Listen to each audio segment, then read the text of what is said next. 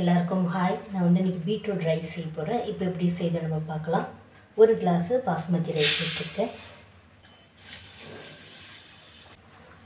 2 வாட்டி வாஷ் பண்ணிடலாம். தண்ணி சேர்த்துக்கிறேன். 20 நிமிஷம் ஊறட்டும். 1 டேபிள் ஸ்பூன் எண்ணெய் சேர்க்குறேன். 2 டேபிள் ஸ்பூன் நெய் சேர்க்குறேன். 1 டீஸ்பூன் சீரகம், ஒரு பட்டை சேர்க்குறேன், 2 லவங்கம் சேர்க்குறேன், 2 ஏலக்காய், ஒரு பிரியாணி இலை சேர்க்குறேன்.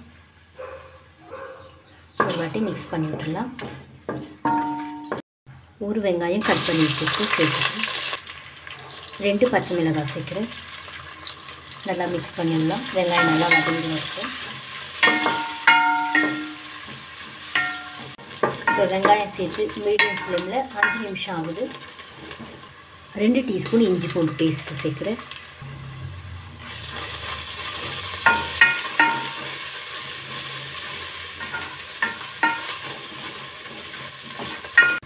ஒரு தக்காளி சேர்க்குறேன்.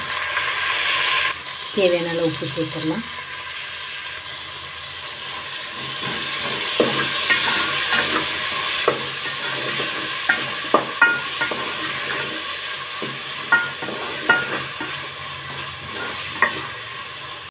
இப்போ தக்காளி சேர்த்து மீடியம் ஃப்ளேமில் 3 நிமிஷம் ஆகுது.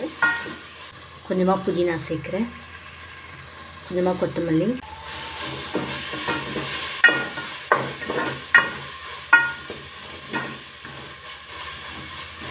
ஒன்றரை கப்பு பீட்ரூட் கட் பண்ணி வச்சுருக்கு உள்ளே சேர்த்துக்கிறேன். 1 டீஸ்பூன் மிளகாய் தூள் சேர்க்குறேன். 1/4 டீஸ்பூன் மஞ்சள் தூள், 1/2 டீஸ்பூன் கரம் மசாலா. நல்லா மிக்ஸ் பண்ணிடலாம்.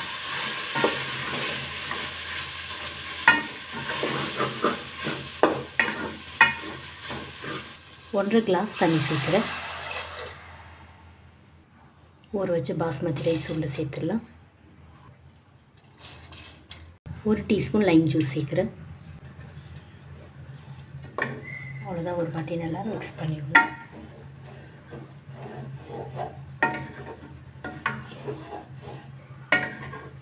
அவ்வளோதான். ஒரு மூடி போட்டு ஃபுல்லாக சிம்மில் வச்சிடலாம்.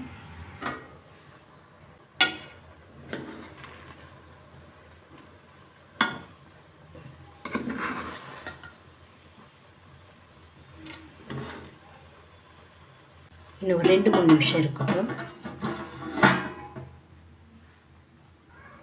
அவ்வளோதான். இப்போ 3 நிமிஷம் ஆகுது.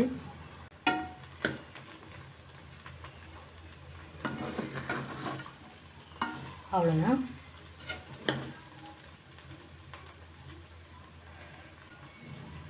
இப்போ நம்ம ஸ்டவ் ஆஃப் பண்ணிடலாம். நம்முடைய ரைஸ் ரெடி ஆகிடுச்சு. அவ்வளோதான். இந்த வீடியோ உங்களுக்கு பிடிச்சா லைக் பண்ணுங்கள், கமெண்ட் பண்ணுங்கள், சப்ஸ்கிரைப் பண்ணுங்கள். தேங்க்யூ.